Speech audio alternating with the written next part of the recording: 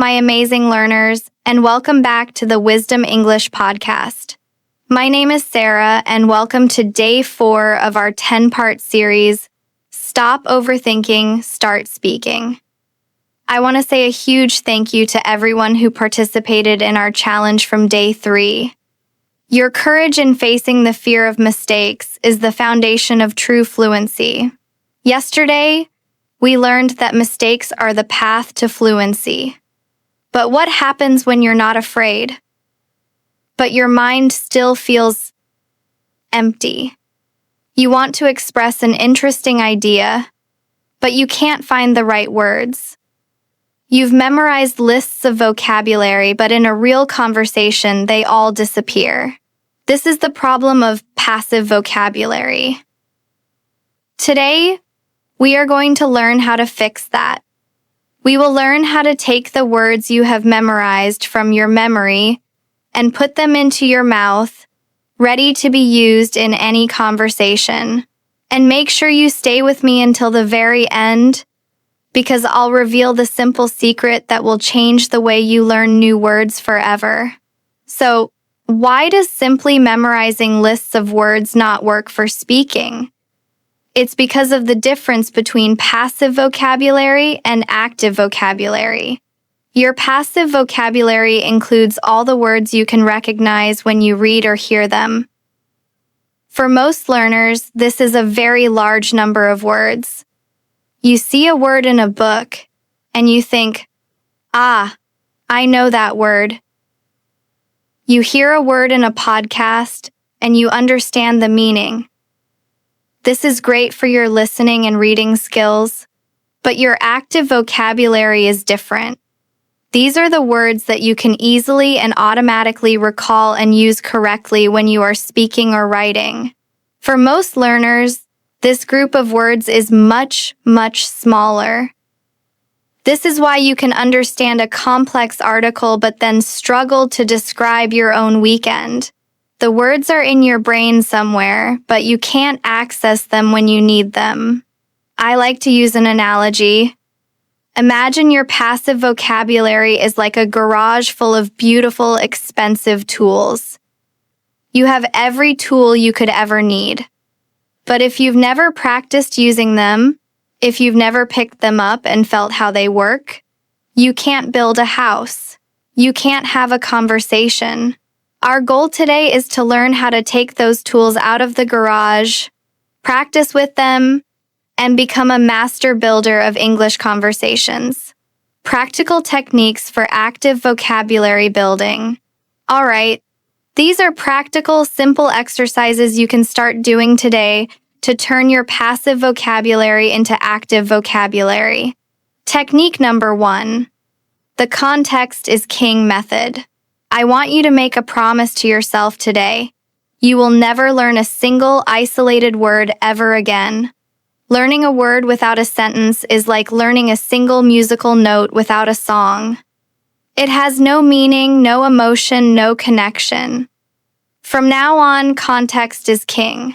This means you should always learn new words from real, meaningful contexts.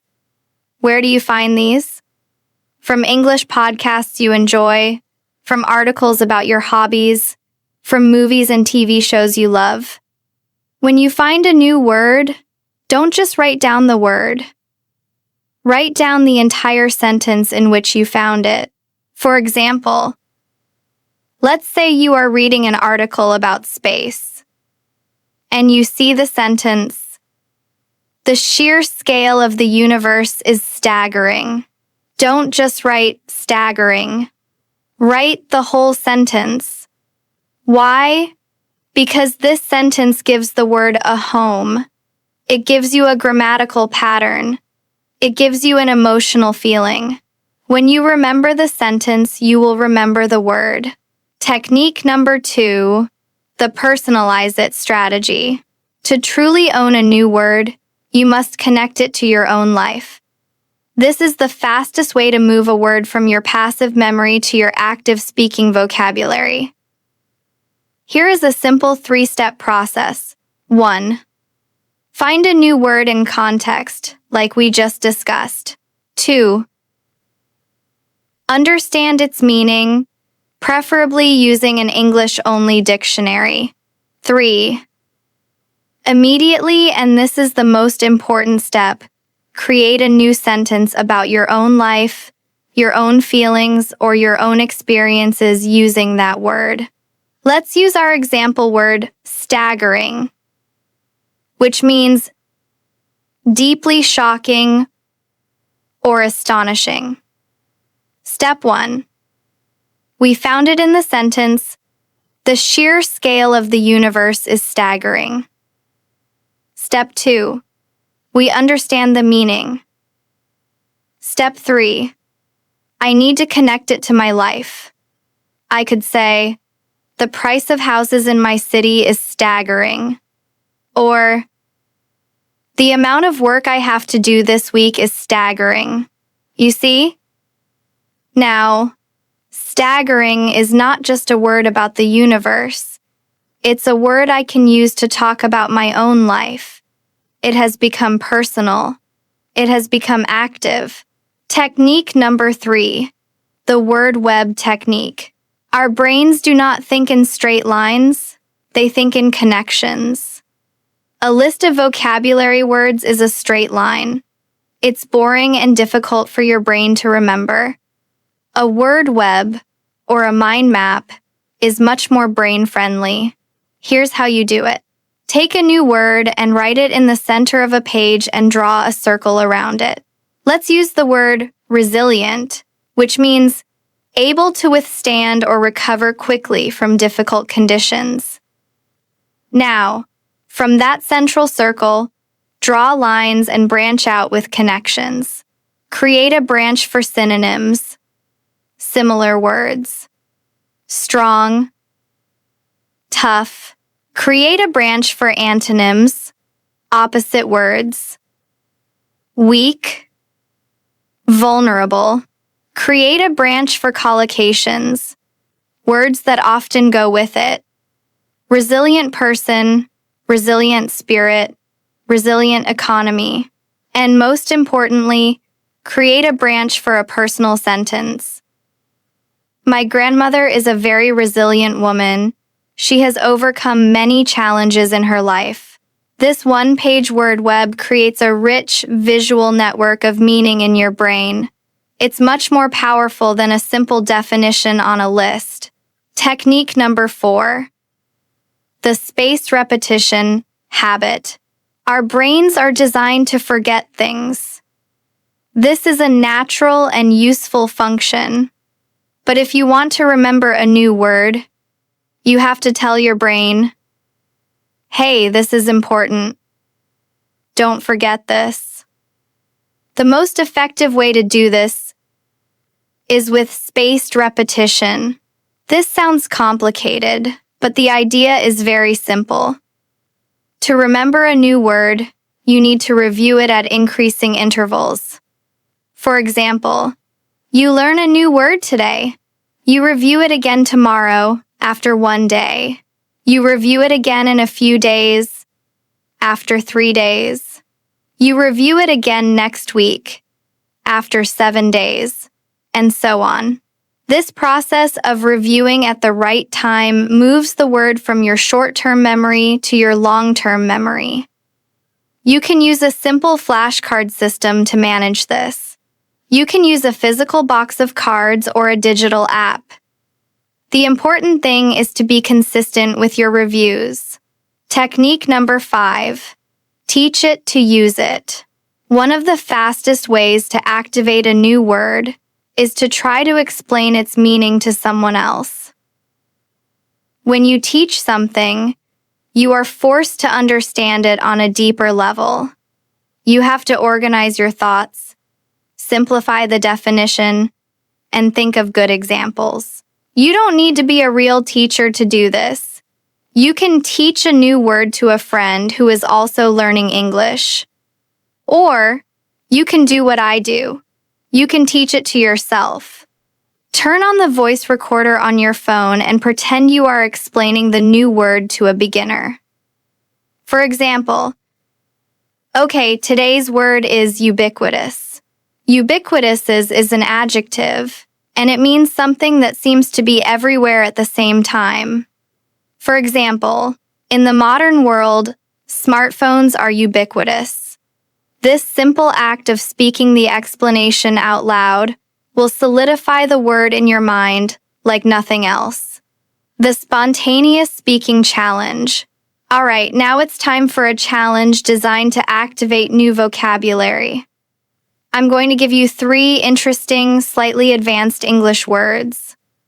Your challenge is to choose one of these words and try to tell a short, 60-second story that uses it.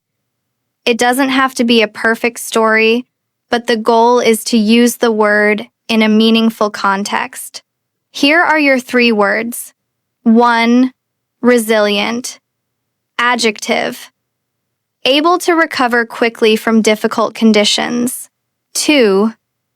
Ubiquitous. Adjective. Present, appearing, or found everywhere. 3. Epiphany. Noun. A moment of sudden and great revelation or realization. Choose one of those words. I will give you a moment to think. Now you have 60 seconds. Tell a story using your chosen word. Start speaking. Now. 60-second pause for your practice. Excellent work. That was a difficult challenge, but by trying to use a new word in a story, you have taken a huge step toward making it part of your active vocabulary, shifting your mindset for confidence. As always, the techniques are only part of the solution. The real change happens in your mindset. When it comes to vocabulary, I want you to stop thinking of yourself as a student who has to memorize words for a test. I want you to start thinking of yourself as a collector of words. Imagine you are walking through the world and you are collecting beautiful, interesting, and useful words. Each word is a treasure. You don't just put your treasures in a box and forget about them. You admire them, you learn their story, and you find the perfect place to display them in your own life. When you see yourself as a collector, learning new words becomes a joyful and curious adventure, not a boring task. The final secret. So we've covered a lot today.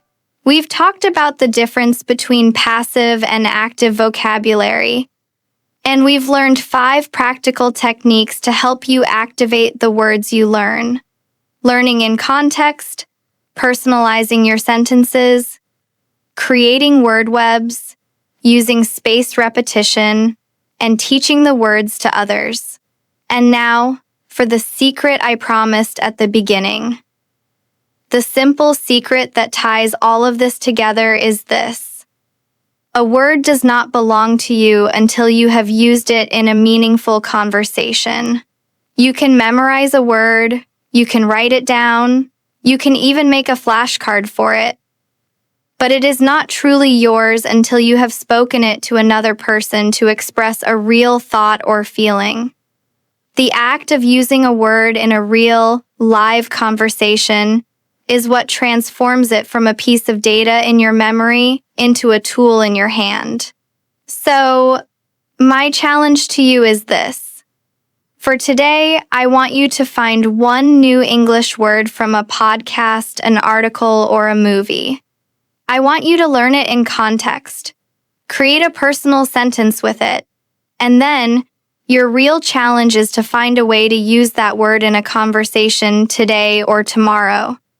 It could be with a language partner, a colleague, or even in a comment online. Take that new word and give it a life. Join me tomorrow for day 5, where we will learn how to make your English sentences sound more natural and interesting by mastering the power of adjectives and adverbs. Please like, share, and subscribe to the Wisdom English podcast channel to watch our next videos.